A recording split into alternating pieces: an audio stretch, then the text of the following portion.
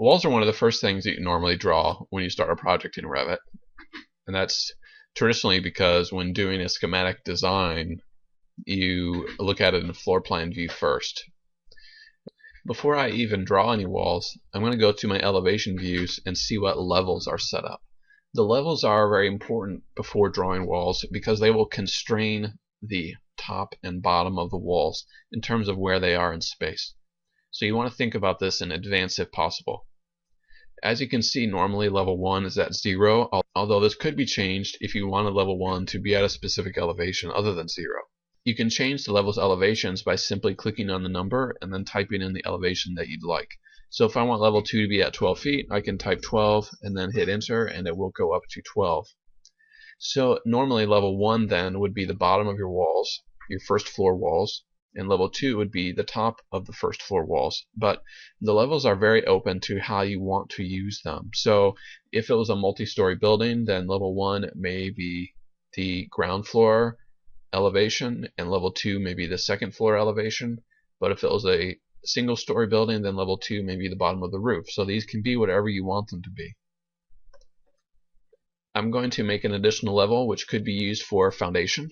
So I'm going to go to the Home tab on my ribbon and then click the level tool, and then I will start below the left end of the level lines that are already here. And as you can see, when you get below that, first it will automatically attempt to align the new level line, and it will also show you a dimension relative to level 1. So if I'm doing a foundation line, it depends on whether there's a basement or not, so that level is open to whatever you need, but I'm going to go down to 10 feet, and then I will click there and then pull the line across until it aligns with the other levels that I already have, and then I can click there. So now I have made an additional level. I'm going to rename this by double clicking and then calling this basement, and then hitting enter.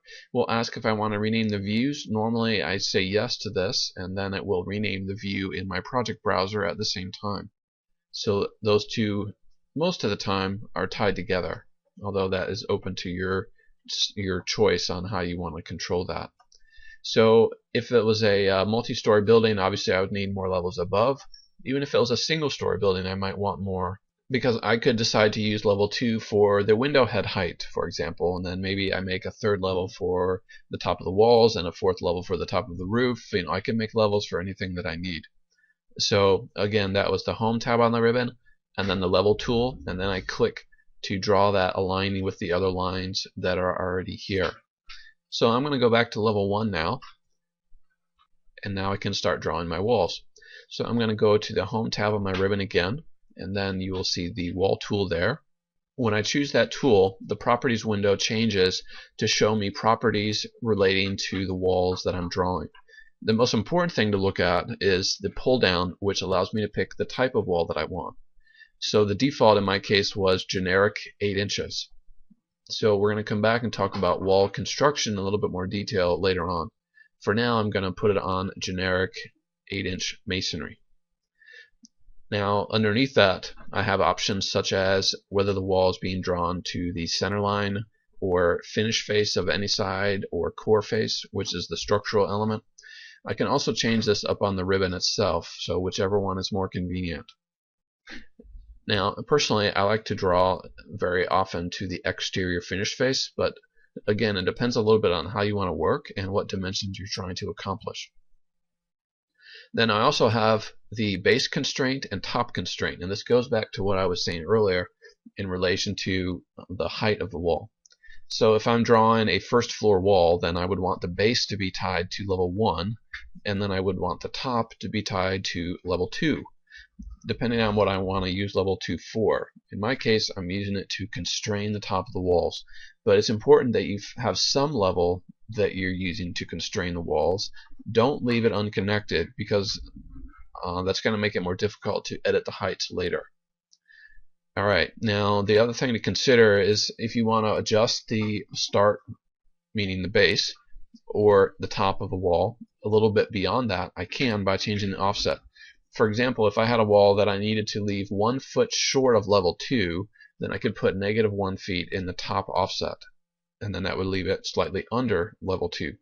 Same with the base. If I wanted to start a wall 1 foot above level 1, I could put 1 foot in the base offset, and then it would start slightly above. That's the basic idea. So now I'm ready to start drawing, so I can click and then move my mouse to draw. Now, much like AutoCAD architecture, Revit generally assumes that you will draw clockwise in terms of the exterior of the building. And when I say that, I just mean that in order to place the exterior at the exterior and the interior at the interior, if you draw clockwise, you will do that. You can see that as I chose the exterior face as my location line, and that's where the grip is controlling as I draw this in a loop manner in a clockwise direction. So that's the basic idea of drawing with the walls here. Now, it will help you to align things by giving you the dotted lines on screen.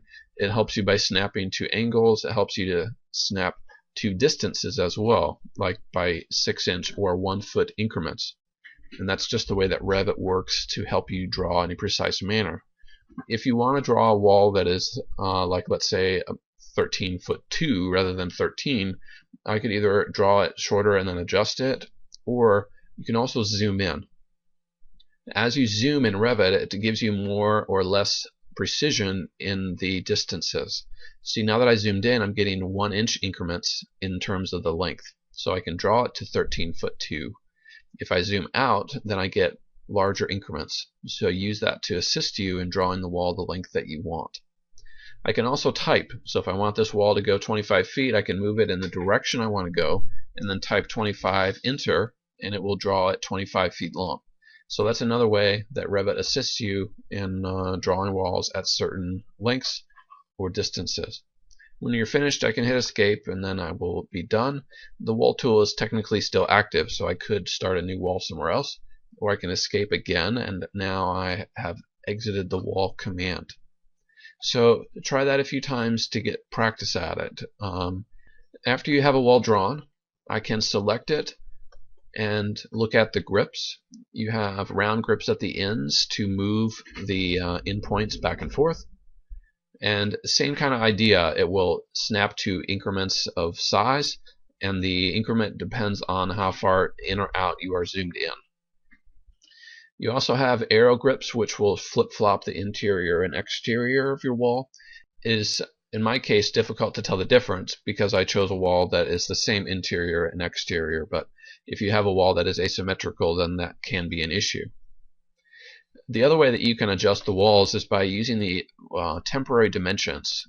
You'll notice when you select a wall that you get dimensions around your plan that show up, and those are temporary because if I unselect the wall by clicking away, then those dimensions disappear.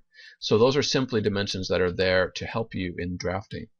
If I want to make the wall longer, I can also click on that temporary dimension and then change it to be 13 feet, let's say, and then hit enter, and that wall got longer. So that's another way to use the temporary dimensions to help you. This also works in terms of the relationship between the walls. See, when I select that wall, it's showing me the dimension, and it's measuring that center to center, by the way.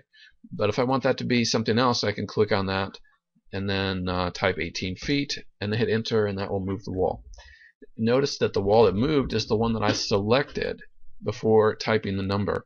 It didn't move the left wall, it moved the right one because that was the one that I selected before typing. So that can help you. Another option, if you're having trouble with getting the right walls to move on you, is you can pin things, which will basically lock them in place. The pin icon is up on the ribbon. So if I click that, this wall is now fixed in its location, and I can move the other ones more freely. This is sometimes helpful if you want to detach one wall from another, or if one of them is moving when you do not want it to. That does happen from time to time.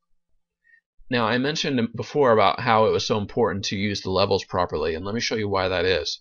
If I go to an elevation view and I decide that I want to raise level 2 because we're early in the design process and we need more floor-to-floor height, I can simply come over here and type that this needs to be 14 feet now instead of 12, and the height of those walls was changed with the level. So that's very important because during the design process, this kind of thing changes quite frequently.